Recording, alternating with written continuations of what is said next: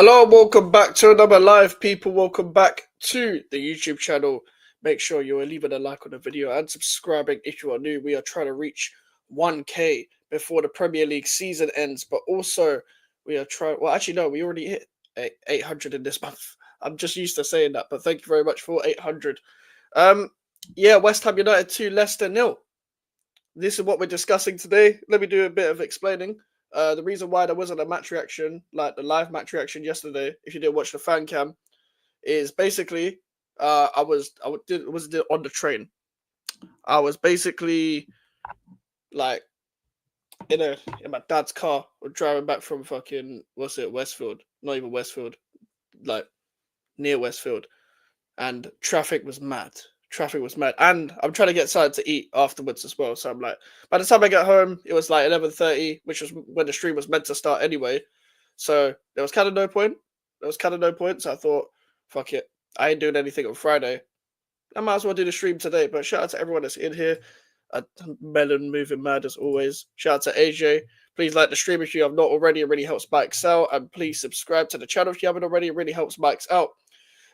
Appreciate it as always, AJ, and listen to AJ. Make sure to like and subscribe, people, and share everywhere. Share with your fucking nan and stuff. I said up the sniff, you know. Fucking hell, Dave.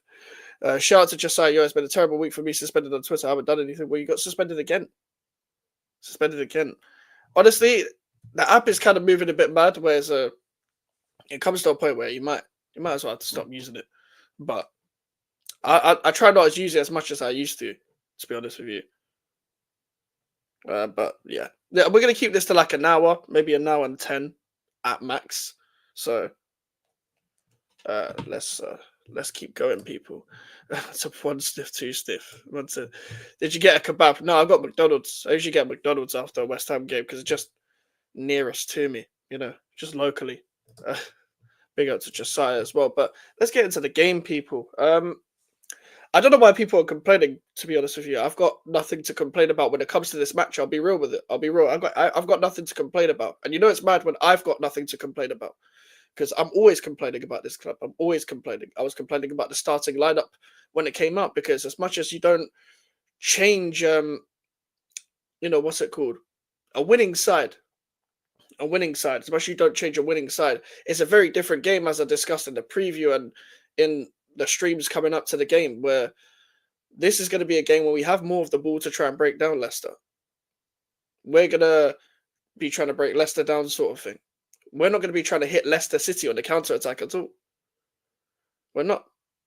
And you can see that from the off. So I didn't feel like we needed 5 defenders. However, we did our job with the starting lineup that happened. With the starting lineup that we put out, we did our job. Like, that's fine by me. Even with the likes of Cresswell starting week in, week out, and nowadays he's played 2 really good games in a row. In fact, I'll go fast to say Aaron Cresswell was man of the match yesterday. Some of the passing, I think he's, to be fair to the guy, if it was a younger Aaron Cresswell, it'd be quite literally perfect for the Graham Potter system. He might stay for an extra year again. I wouldn't mind as a squad player at this point, as much as I complain about him still starting. I do get it under Potter, because you get to show your technical ability a lot more, and the structure that Graham Potter likes to line up with off the ball really allows players to hide their flaws, sort of thing, unless you're a Mavropanos, where you cannot be helped. Because that guy literally tried to give Leicester the game still when he came back on. You can see the quality difference between John Claire Tadibo and Konstantinos Mavropanos. But Cresswell in that back 3 really thrives, because he ain't really going to fly up and down like that to be, a wing back. He ain't got the engine for that anymore. However, he ain't really got the defensive ability 1v1 either, but the structure and the fact that we were playing against Leicester City, they were absolutely terrible, which was also part of the reason why I'm not complaining as well, because we did our job compared to the quality at hand. For example, like, we did really well. They didn't.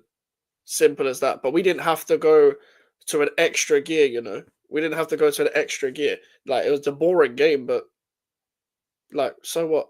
Like, we're trying to break them down with 5 defenders. That's why I said start an extra attacker. That's why I said start maybe a Guilherme or Ferguson this game. I don't think Guilherme is ever going to start for the club at this point.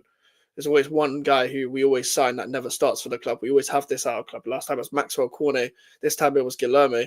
But Kudus and Bowen up front, they needed a bit of help. That's why Edson Alvarez getting in advanced positions. Like, like Potter can make it work because his structure is just that good. He fits the square pegs as round holes itself. Instead of trying to force positions and stuff, he will still try and get the best out of the squad that he has at that current moment in time. However, with the job at hand going forward, we know that we're going to need better players than this in the midfield to just distribute the ball forward, and especially a lot quicker than we did at the club, if I'm being real with it. Like, I think Ward-Prowse played well. I think Thomas Suchek played well. I think Edson Alvarez is like doing his job at this current moment in time. Like, I think he did well against Arsenal, and I think he just did his job. I don't think he looked quite comfortable in that position, in advanced positions in the midfield either, to be completely honest with you. But I can almost accept that to an extent because, like, I understand. You gotta do your job at hand. Ward-Prowse is playing as like it kind of goes into a three in midfield sometimes in possession and out of possession, where Ward-Prowse is the deepest midfielder on the ball because he's the one that can pass forward. Thomas Suchek and Edson Alvarez aren't going to do that from deep areas in the first two phases of play, etc.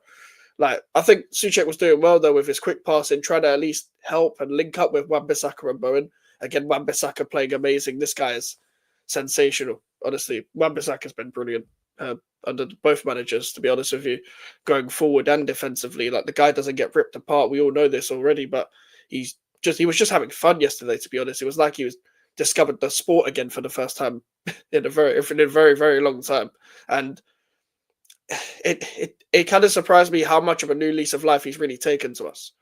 Like, he's really taken to us, and it kind of feels like no matter the circumstances that West Ham are in, he's going to play the exact same because he's Wan-Bissaka.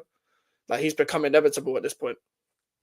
And that's really good to see, where we just need more consistent players. I'm asking for very bare basic stuff for us to get back into the next level, is players to be somewhat consistent. Like, you can ask for that from a Jared Bowen because that's what he is. I think Todibo can be that when he gets a run of games. Obviously, we're still trying to manage his minutes after coming back from an injury. And as the game was already done, it made sense to take him off. So I completely understand that. I'm not expecting consistency from Ollie Scholes. I thought he played well again yesterday. I thought he played okay. Not as well as he did against Arsenal, but everyone played exceptional against Arsenal. So I'm not exactly expecting that week in, week out. This is West Ham United we're talking about. That's why I didn't believe in the whole 3-0, 4-0 when I was on True Ballers FC with Omar. I didn't believe we were going to batter Leicester, because when do we batter teams? We don't batter teams even when we've had good teams. When we had the lockdown team or the 15-16 team or the 14-15 team, I don't remember us battering anyone. We haven't scored more than 4 goals in the game since the championship days, like the 11-12 season. So I was never like, no matter how much, no matter how bad some of these sides are, we're not exactly the most clinical side either. Because when you come up against Leicester and Arsenal, especially in the fixtures and the matches coming up, I've been saying that Jared Bowen is where we're going to find goals. That's where we're going to find goals. It's Jared Bowen. Jared Bowen's the clinical guy in the team. It's not going to be Kudus. Kudus ain't a goal scorer. He's a baller for what we expect him to be, but he hasn't really shown the performances either. And it's not just a West Ham thing, because I would have said under the previous manager it's a West Ham thing. But at the same time, he's playing in his right positions now. He's getting into the areas where he's like should show his strengths, where he usually would show his strengths. But I feel like his game has been a bit found out by his opponents. Like, whenever he comes up against players, I feel like they know what they're going to do. Don't get me wrong, it does take 4 players to stop him at times. But at the same time, he needs to step up as well. But I think for the first half especially, he stepped up. But again, it's a bit like Villa away in the league, Villa away in the cup, Fulham at home, where you did well for the first half, but I still need to see you like properly perform for 90 minutes. That's why I said before the Arsenal game that him and Paquetá should be dropped when they're both fully fit, because we still have a Guilherme, we still have a Ferguson that give him a chance sort of thing. I think Guilherme deserves a chance, especially. I don't think we can play like that yesterday and get away with it every game, but I am seeing progression under Potter. I don't know what people expect when there's no pre-season at hand, etc. as well. I think he's getting the best out of what he has. The squad isn't suited towards how he plays. I do think some players will benefit, like a Todibo, who did benefit yesterday, when I've been saying this guy is comfortably strong, like just on the ball, fast, good defender, good in the air. Like, he's just good. Like, just showing himself to be good at this current moment in time, but I think he could be great. I think he covers for Kilman's mistakes. I thought Kilman started off a bit shaky yesterday, but he recovered. He recovered very well. And I think him him and Sadiba really play well with each other. Pause. I think Cresswell, again, played in that back three, really benefited. Ollie Skulls, I'm really looking forward to seeing more from him. More from him, not going to lie. I'm going to get into your comments, all the comments that I've missed out on. There's a good Dagenham game tomorrow. Fez. Happy Mike's is boring. That's the thing. Happy Mike's isn't normal. You're used to me shouting and screaming and me trying to set my own hairline back 10 yards because Lopetegui's here. Or just on a watch along, just going mad at one of these players. Let's be real with it. It was boring in the second half. Yeah, but the game was already done, bro. The game was already done. Like, it didn't have to be entertaining. We already got the job done. We already scored 2 goals. Of course, Fabianski is saying this. No relevance. Tim Cahill was spitting. Man said, shout out to Touchline as well. Man said Tim Cahill. Yeah, this is Northside's fault. This is Northside's fault. This guy, man. On the preview, last Friday? This guy said I look like Tim Cahill. Don't tell me you guys see that as well. Don't tell me you guys see the Tim Cahill lookalike as well. I don't see the Tim Cahill one. I definitely don't see the Fabianski one. Tim Cahill, are you taking a fucking piss? But that's Northside's fault. But big up as always. Never seen you that positive. Yeah, exactly. So you know it's mad when I'm positive. Like that's the thing with Graham Potter. Even in the bad games, I know what he's trying to do, but I know he can't execute that with the players he has. But he still tries to adjust. He still tries to tweak it to make way for how bad the players actually are for their deficiencies. So when they can drop their deficiencies because of his structure. So even though you ain't got the best distributor and passes or you ain't got the most clinical finishers, we're still trying to create chances to at least get in there when we need to. I'll be real. Like, that's why I'm positive, because I feel like we still have an intention to go out every game and win. We're looking to win every game. And it doesn't matter how we approach it. We tweak the approach with the game in hand.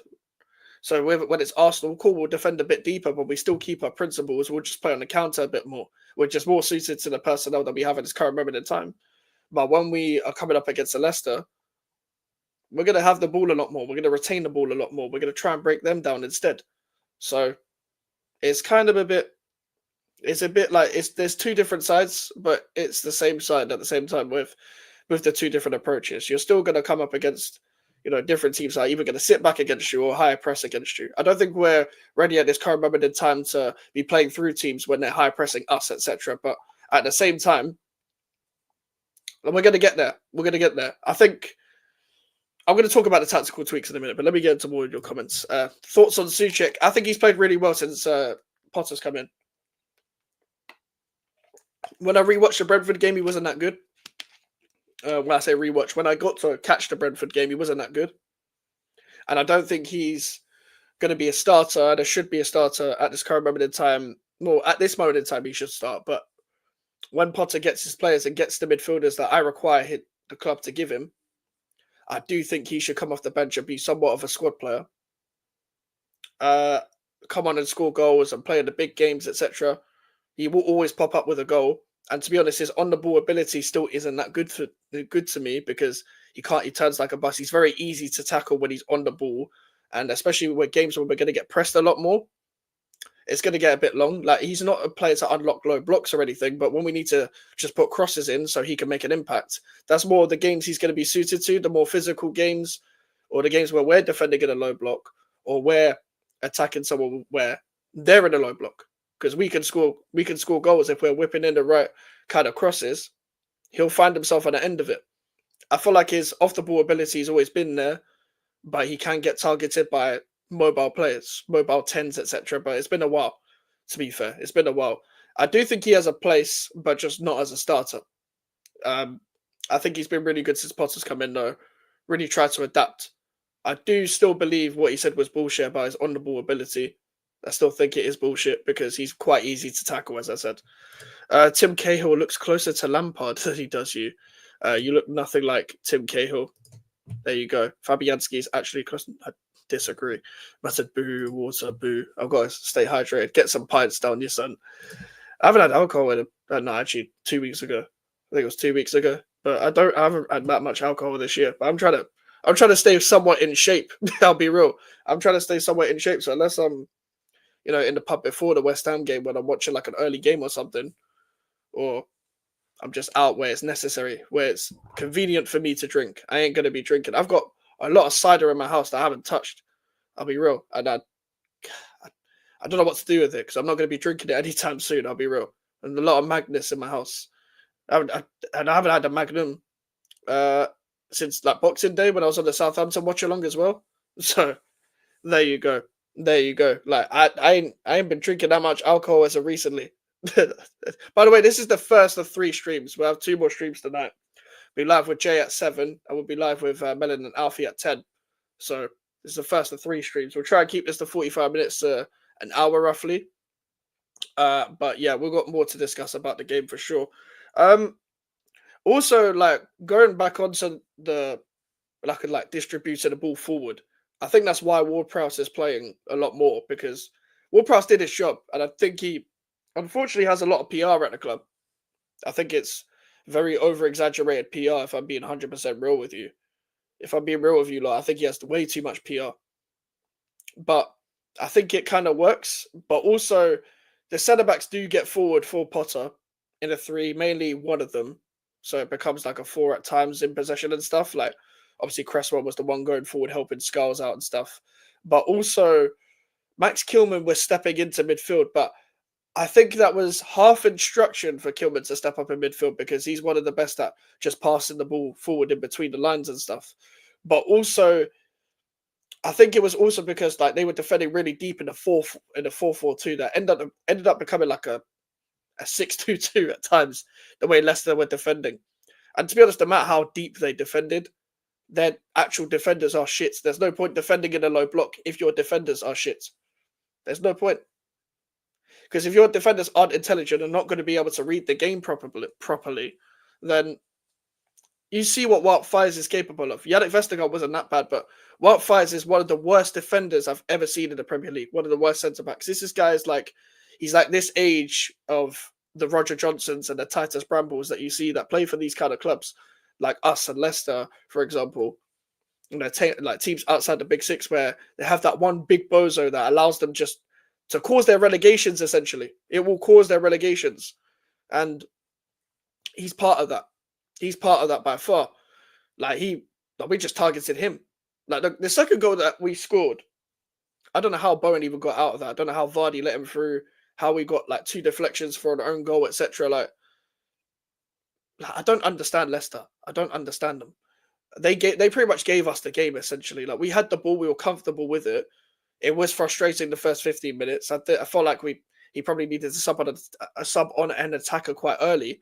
And I felt like he would have subbed on an attacker at half time if it was still 0-0 because we didn't need 5 defenders. I think we just needed Wan-Bissaka to tuck into the back 3 and have someone attacking down the right-hand side to help Jared Bowen out a bit, or tell Bowen to get a little bit wider, hug the touchline a bit more and have a presence like a Ferguson in the box.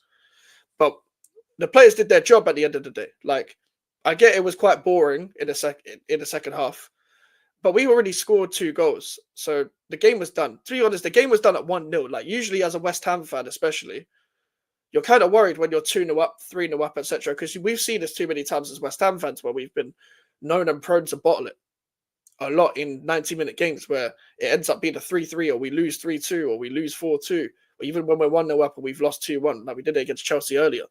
We've done it so many times against teams. That's why I thought it would happen against Arsenal as well when we were 1-0 up already, even though they had, Marino's, like, Iraola's autistic brother up front. But at the same time, I'm prone to this, but we were in control of the ball, which made me a lot comfortable. Because when we're not on the ball and we're trying to defend like a 1-0 lead or a 2-0 lead, I'm not exactly confident no matter how many good defenders we might have at times. Like when we had Zuma when his like both of his knees weren't fucking broken.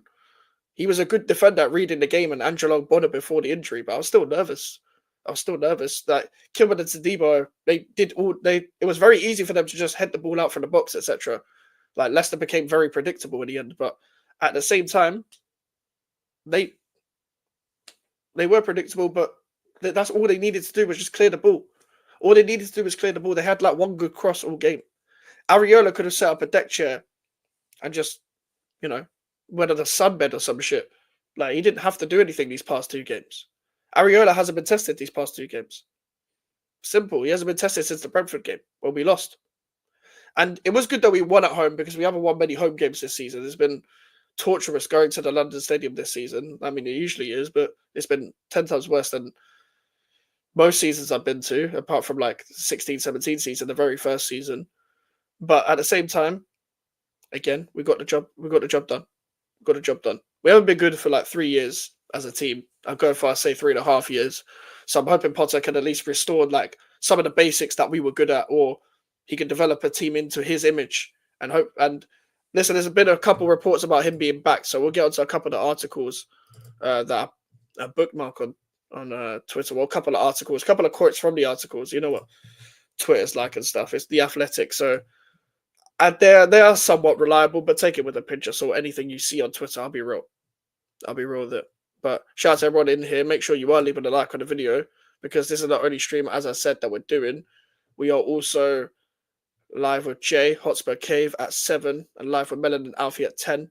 I will be having to leave at 5:30, but I don't think we're going to go on for that long anyway. But yeah, we'll read that in a second. Let's get to some of your comments again, or a couple of your comments. Want to know some suitors for that cider. Big up Mikes, everyone like, up and sub. Yeah, Leicester 15-16. Big up to everyone here. Make sure to like and subscribe, as I've just said, people.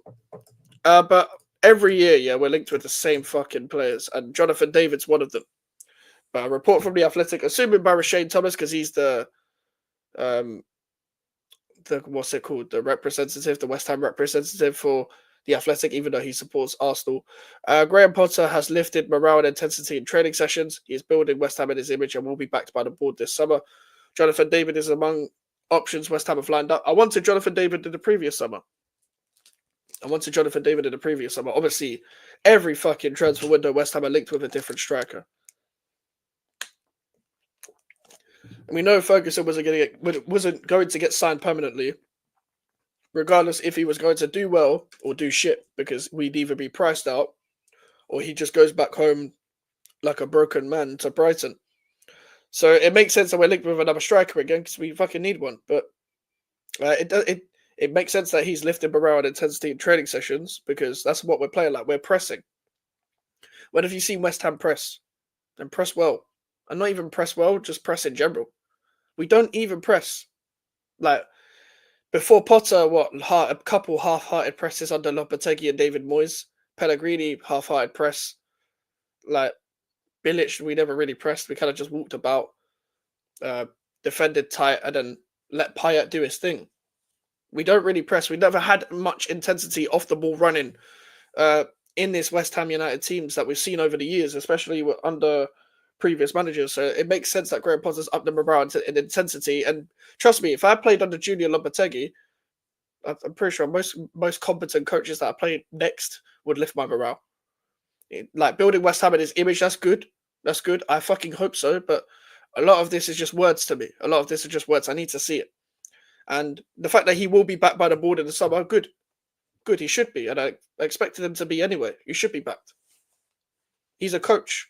He's a good coach. Like, I do believe if we do back him, we'll be in the top half next season. But nothing of note. Nothing of note. It'll be his first full season next season. As much as I want to be back in Europe in a couple of seasons' time, I don't feel like we're going to do anything special next season. I want us to go for one of the cups, though, because we're not in Europe next season, of course. So I'd like us to go for an FA Cup or Carabao Cup. People could be like, but you're West Ham and all that. Well, if we did your whole West Ham thing for forever, we'd be forever in this mentality, and we would have gone even further without a trophy. That we should have won the Conference League. Like, despite the fact that we haven't won anything in years, we spent more money than anyone in that competition, where our whole team was more expensive than most of the teams combined that we came up against. Let's be real with it. So I think a target should be the Cups. I think a target next season should be the Cups next season, because we don't have a good Cup record in general. If you're at least going to go for it, do it. Do it. Simple as that. Would you expect an extension of Potter's contract in the summer? Is his appointment a stepping stone for success in your eyes?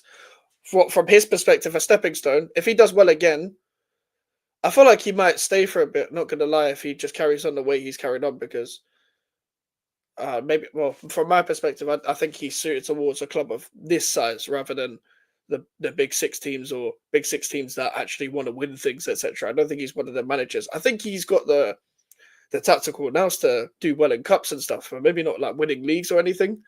I don't know what kind of club would maybe pip him if he was to do well at West Ham, but I guess you kind of never know. From West Ham's perspective, a stepping stone. Um, I think if we're going to succeed, it's going to be a manager like him. I just see a lot of tweaks in this game. I just see him being very smart tactically and being a very good man manager where he could adjust to the circumstances that he's in. Like, and that's the truth because he's kind of used to being in this part of the table before when Brighton were there. So I do believe he will build us back up eventually. I do feel like we can get into Europe with this manager. Any form of Europe, I'll take. I'm not picky when it comes to. I'm not saying we are because we won the Conference League. We must not get there again. No, if you're going to get into the Conference League, fucking win it again. I'd take another Conference League. I'd take a million Conference Leagues. I wouldn't care. I wouldn't care. Become kings of the Conference League. I couldn't give it less of a shit. Like, but I think he will be the guy to build us back up if he's backed. If he's backed, I expect him to build us back up. I'm not going to get too gassed. I'm not going to say we're going to be this outstanding team, but I don't see why we can't be, given the fact that the levels in the league aren't that good. The likes of Brighton, who haven't looked that good this season, if I'm being 100% honest with you, and I've been saying that way before they lost 7-0, are 7th. I think Bournemouth look really good, but sometimes they don't. They lose the odd game, etc.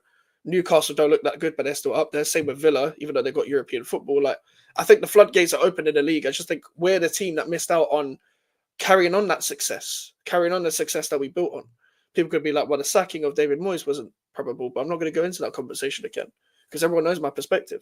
Because despite the fact that we finished 9th, we was nowhere near finishing Europe last season.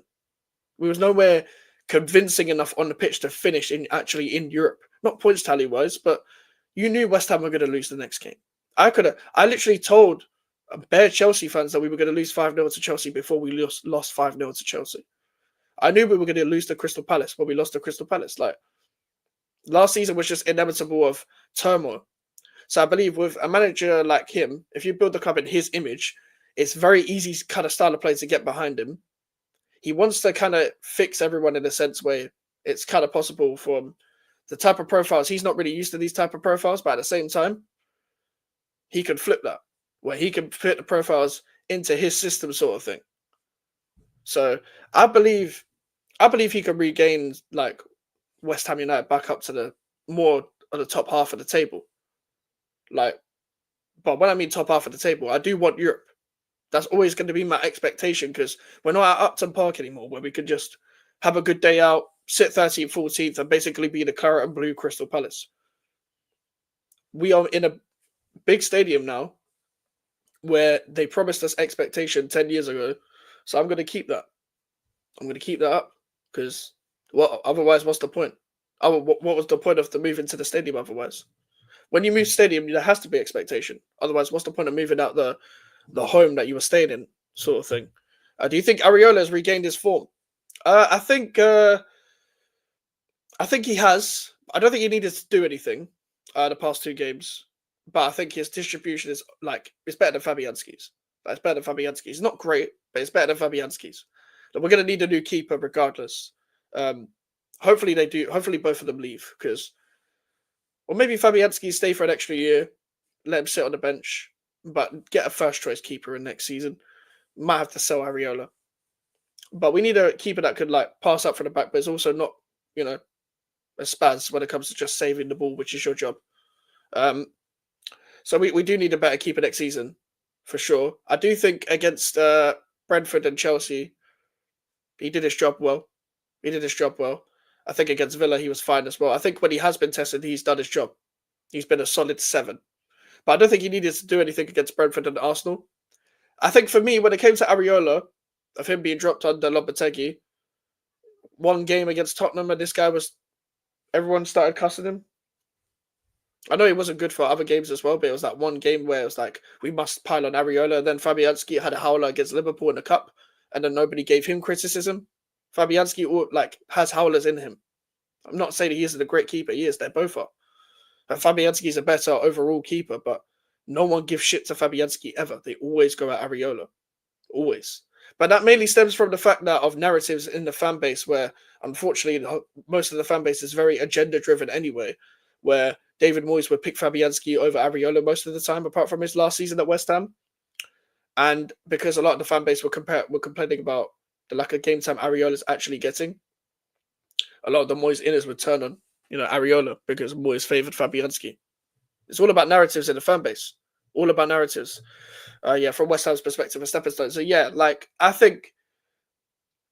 I don't think he's going to get us to a point yet where he's exceeded with us, and then maybe we'd have to get a better manager because he's not picking us back up. I think it will be him. And it's not really unless you recruit really well, which we don't. We only recruit free agents. I don't think we're going to get a better manager than him anytime soon. Shout out to Alfie as well. Big up, Max. Told you West Ham would win. Looking forward to the show tonight.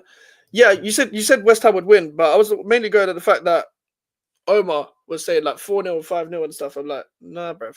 We're not going to batter Leicester. But to be fair, I don't predict West Ham to win any game. But shout out to Alfie as always. Make sure you subscribe to Alfie's channel. We're going to be live with Melon and Alfie at 10. But yeah, I never thought we were going to batter them. To be honest with you. I think with just us in general, as I've said after the Villa game, Fulham game, Arsenal game, etc., Chelsea game, Brentford, whatever, this is pre-season. But we're lucky that the league is shit, as always, because we could have been capitalised upon by teams below us. But I think anyone that's watched the Premier League for a long enough time will know that teams don't win 3 games in a row below the team that would drop points in 3 games or 4 games in a row. They don't really take opportunities to overtake these kind of teams. You don't really see relegation teams win 3 games in a row and go on a match streak like that unless it's some form of great escape. But that's why it's called a great escape, because it's a rarity. So I was never worried about relegation. We are literally level on points with Tottenham and Man United, all on 33. It's probably going to be quite tight between them 3 teams for the battle of mid, the battle of certified mid, for sure. So I've never been too worried about league position when it comes to this season. The league was done after 5 games in. The league was done when we hired Julian Lopetegui. In terms of a West Ham perspective, in terms of our ambitions, etc. As much as I wasn't like fully against the appointment in terms of cool, I'm gonna support you if you join West Ham. I knew the cracks were happening 4 games in, then 5 games in, I was out, and that was for good reason as well, because we got 8 months in, and we didn't know what the guy was trying to do. Now we have a manager that I can believe in. I want to believe in managers at this club. I want to believe in this club. I want to be positive, but you're gonna have to show me a lot more for me to get right behind the project or right behind everyone, for me to say that we're going to fully succeed and he's going to win another trophy at West Ham. He's going to win the second trophy in how long at West Ham or whatever. Or he's going to get us into Europe season in, season out. Obviously, we're probably not going to be in Europe season in, season out. It probably is unrealistic to say that. But there's a certain standard, in my opinion, where you're constantly at least competing for Europe. So that's the standard I want to stick at. That's the standard I want to stay at no matter what. And I believe Potter can get us there for sure. And the fact that he's going to be back to the summer, I'm interested in the type of profiles that he might be interested in, and the type of place we may go for. I feel like if we get sort of the recruitment like around him, we might be looking for a bit more like cheaper gems in certain areas where it's in different leagues and they'll thrive in the Premier League because we scouted really well, a bit like how Brighton have done in the past.